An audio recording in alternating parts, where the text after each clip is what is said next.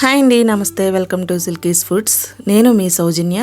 అందరు ఎలా ఉన్నారండి? బాగున్నారా? నేను కూడా చాలా బాగున్నాను. చాలా రోజులు అయిపోయింది కదండి వీడియో పోస్ట్ చేసి. కొంచెం నాకు హెల్త్ బాగోకపోవడం వల్ల చేయలేకపోయాను. సో ఈ వీడియోలో అయితే సింపుల్గా చేసుకునే క్యాలీఫ్లవర్ కూర అయితే చూపించబోతున్నానండి. ఇది చాలామందికి కూర తెలిసే ఉంటుంది. కొత్తగా వంట నేర్చుకునే వాళ్ళ కోసం చేశానండి ఈ వీడియో.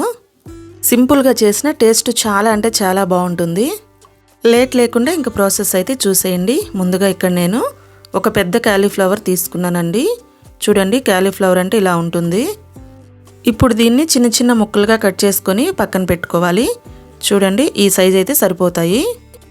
తర్వాత ఇక్కడ ఒక గిన్నెలో నేను బాగా వేడిగా ఉన్న నీళ్లు తీసుకున్నాను. ఇప్పుడు కట్ చేసుకున్న క్యాలీఫ్లవర్ ముక్కలన్నీ కూడా వేడిగా ఉన్న నీళ్ళల్లో వేసుకోవాలి. ఎందుకంటే క్యాలీఫ్లవర్లో పురుగు ఎక్కువగా ఉంటుందండి. వీటికి పురుగు మందులు కూడా చాలా ఎక్కువగా కొడతారు. ఆ పురుగులన్నీ కూడా చనిపోయి మందుల పవర్ పోవాలంటే వీటిని బాగా వేడివేడి నీళ్ళలో వేసి ఒక 10 నిమిషాలు అలా వదిలేసిన తర్వాత ఇలా బాగా రబ్ చేస్తూ కడిగి ఒక గిన్నెలో వేసుకున్నారంటే అందులో ఉన్న పురుగులన్నీ కూడా చనిపోయి ఆ మందుల పవర్ కూడా కొంతమేరకైనా పోతుంది. ఇప్పుడు కూర వండుకోవడానికి స్టవ్ వెలిగించుకొని స్టవ్ పైన గిన్నె పెట్టుకొని 2 లేదా 3 స్పూన్ల వరకు ఆయిల్ వేసుకోవాలి. ఆయిల్ కొంచెం హీట్ అయిన తర్వాత 1 స్పూను పోపు దినుసులు వేసుకొని వాటిని కొంచెం వేయించండి. కొంచెం లైట్గా కలర్ మారితే సరిపోతుంది. పోపు దినుసులు వేగిన తర్వాత ఒక పెద్ద ఉల్లిపాయ చిన్న చిన్న ముక్కలుగా కట్ చేసుకొని వేసుకుంటున్నాను. దీన్ని కూడా స్టవ్ని మీడియం ఫ్లేమ్లో పెట్టుకొని కొంచెం కలర్ మారేంత వరకు వేయించండి. ఈ విధంగా ఉల్లిపాయ వేగిన తర్వాత 3 పచ్చిమిర్చి చీలికలుగా చేసుకొని వేసుకోవాలి. కొంచెం కరివేపాకు చిటపటలాడే వరకు వేయించుకోవాలి. చూడండి, కొంచెం కలర్ కూడా మారింది పచ్చిమిర్చి కూడా. ఇప్పుడు ఫ్రెష్గా దంచుకున్న అల్లం చిన్నులపాయ పేస్ట్ 1 స్పూన్ వేసుకొని పచ్చివాసన పోయి కొంచెం కలర్ మారేంత వరకు వేయించుకోవాలి.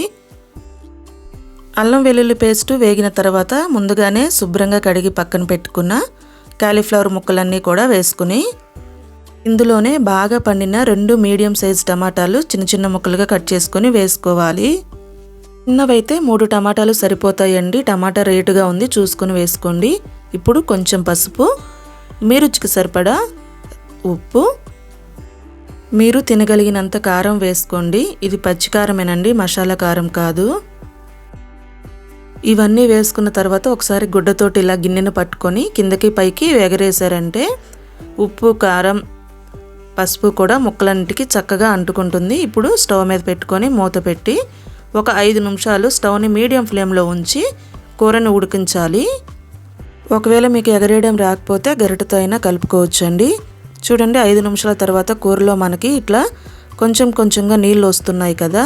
ఇప్పుడు ఒకసారి కలుపుకొని, కూర మనకి ఇంకా పూర్తిగా ఉడకలేదండి. ఇప్పుడు కూర పూర్తిగా ఉడకడం కోసం 3/4 గ్లాసు నీళ్లు పోసుకొని, అంటే ముక్కల వరకు కరెక్ట్గా ముక్కలు మునిగేంత వరకు నీళ్లు పోసుకొని ఒకసారి కలుపుకొని మూత పెట్టి మీడియం ఫ్లేమ్ మీద మనకి ముక్క పూర్తిగా మెత్తబడేంత వరకు ఉడికించాలండి. మధ్య మధ్యలో కలుపుకుంటూ ఉండాలి. చూడండి, మధ్యలో నేను ఒకసారి కలుపుకుంటున్నాను. ఈ విధంగా కలిపిన తర్వాత మనకి ఇంకా పూర్తిగా ఉడకలేదండి ముక్క. మరలా మూత పెట్టి ముక్క పూర్తిగా మెత్తబడేంత వరకు ఉడికించాలి. కొంచెం సేపటి తర్వాత మరలా చెక్ చేస్తున్నానండి. చూడండి, కూర అయితే మనకి ఉడికిపోయింది. ముక్క పర్ఫెక్ట్గా ఉడికింది.